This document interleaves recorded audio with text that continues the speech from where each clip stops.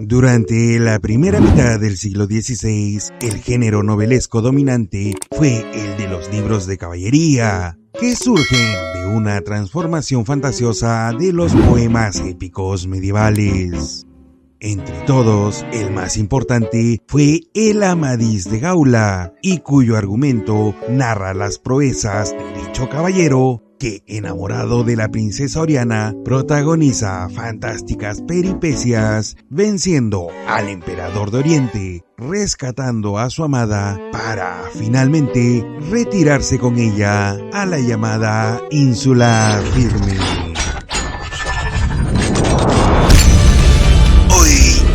Recursos para aprender. La novela durante el siglo de oro español.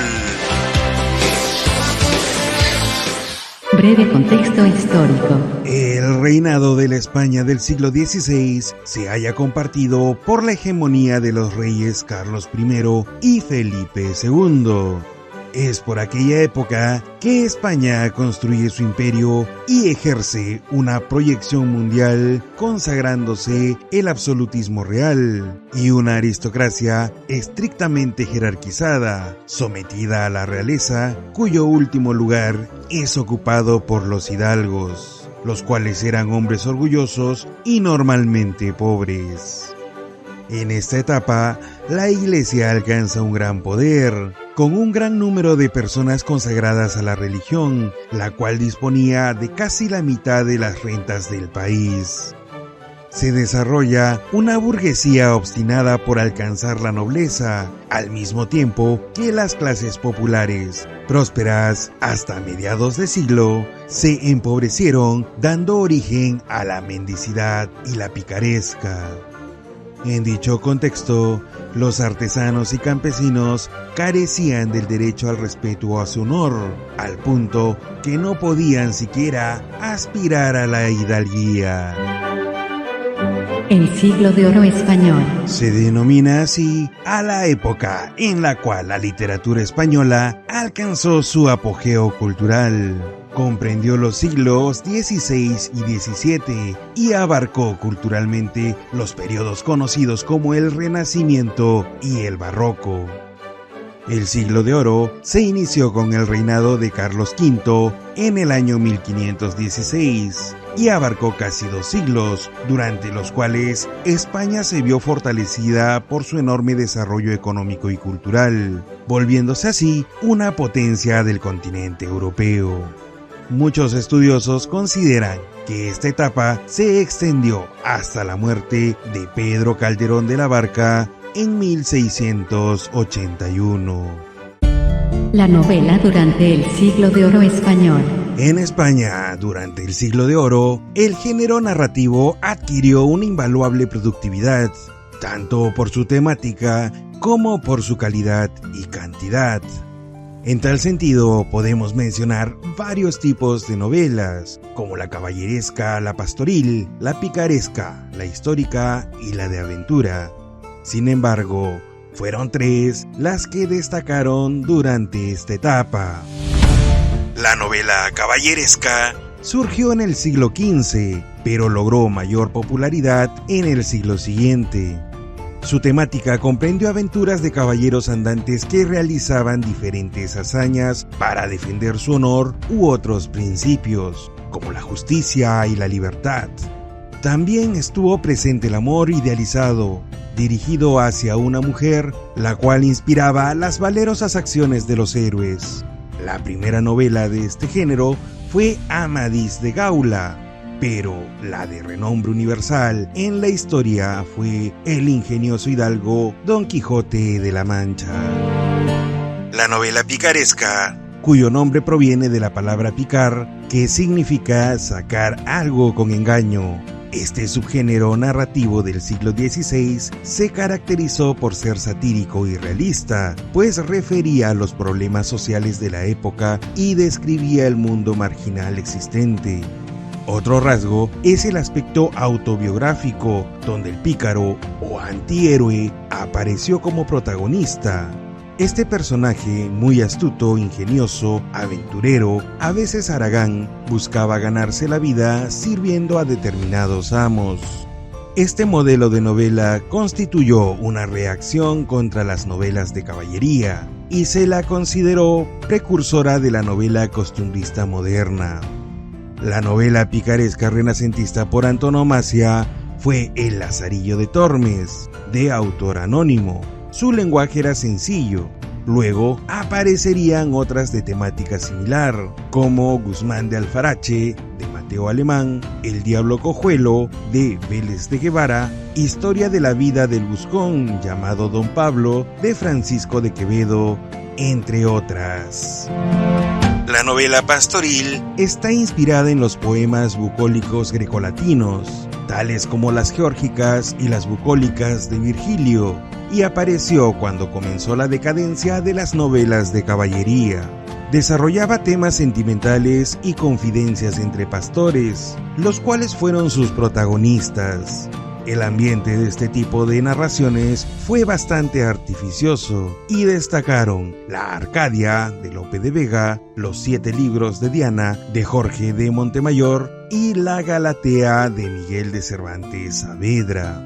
Esta última novela pastoril se ambientó a orillas del río y en su tema principal se presentó a dos pastores enamorados de Galatea, Elicio y Erasmo. Sin embargo, la protagonista, la pastora Galatea, que es discreta, inteligente, honesta y bondadosa, entre otras tantas cualidades, prefiere su libertad y desdeña a los afanosos pretendientes. El Lazarillo de Tormes, historia y temática. En el año de 1554 se publican anónimamente varias ediciones de la vida de Lazarillo de Tormes y de sus fortunas y adversidades. Hay diversas hipótesis sobre la autoría de esta novela picaresca, ya que entre tantos se le atribuye la autoría a Juan de Ortega, a Diego Hurtado de Mendoza, a Alfonso Valdés, a Lope de Rueda, a Fernando de Rojas, a Juan Luis Vives, entre otros. Sin embargo, la tesis más aceptada actualmente es la de la profesora Rosa Navarro Durán, quien en el año 2003 designa a don Alfonso Valdés como el autor del Lazarillo de Tormes. Temáticamente, la obra enfatiza en el aspecto moral de la época, ya que, con una crítica incisiva, presenta una denuncia del falso sentido del honor y de la hipocresía de la sociedad española de aquel entonces. Mientras que en el aspecto anticlerical nos presenta a la Iglesia como interesada porque saca provecho de la fe de los creyentes. Por eso, la obra apareció en el índice de los libros prohibidos de la Inquisición en 1559. Fuentes y referencias de la obra. La obra El Lazarillo de Tormes toma como referentes a obras como El Asno de Oro del argelino Lucio Apuleyo, haciendo referencia a la estructura de la novela costumbrista de aventuras y presentando al protagonista con muchos amos. Recurre además al cuarto libro del esforzado caballero Reinaldos de Montalbán, del italiano Teófilo Folengo, ya que presenta al lector la narración autobiográfica de un héroe de baja extracción y la de un acompañante mozo de un ciego. Estilo literario. La novela se encuentra escrita en forma de una narración autobiográfica, narrada en primera persona por el pícaro protagonista. Dicho sea de paso, satiriza a la iglesia de la época, ya que varios de los amos son clérigos. Además, el lenguaje utilizado es necesariamente coloquial y hasta vulgar en la mayoría de las expresiones, ya que los personajes pertenecen a una baja clase social.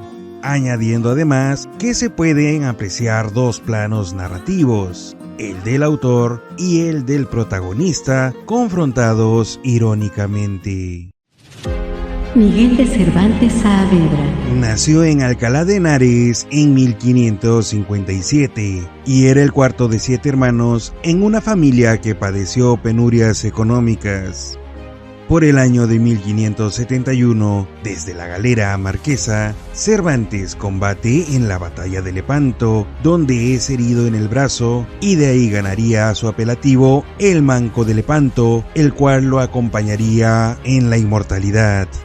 Luego de la publicación de la segunda parte del Quijote, muere enfermo de hidropecia el 23 de abril de 1616 en Madrid. Producción literaria. Dentro de su prolífica producción destacan obras novelísticas como La Galatea en 1585, la cual trata de una novela pastoril en la que los personajes son pastores, mediante los cuales Cervantes realiza un estudio psicológico del amor. De la misma manera, podemos destacar novelas ejemplares de 1615, que consiste en una serie de relatos de tintes variados y donde destacan por su popularidad Rinconete y Cortadillo y El licenciado Vidriera. Pero entre todas ellas, la que merece especial mención es el ingenioso hidalgo Don Quijote de la Mancha, cuya primera parte fue publicada en 1605 y la segunda en 1615. Paradójicamente, es considerada una novela caballeresca, ya que el autor tenía una intención contraria.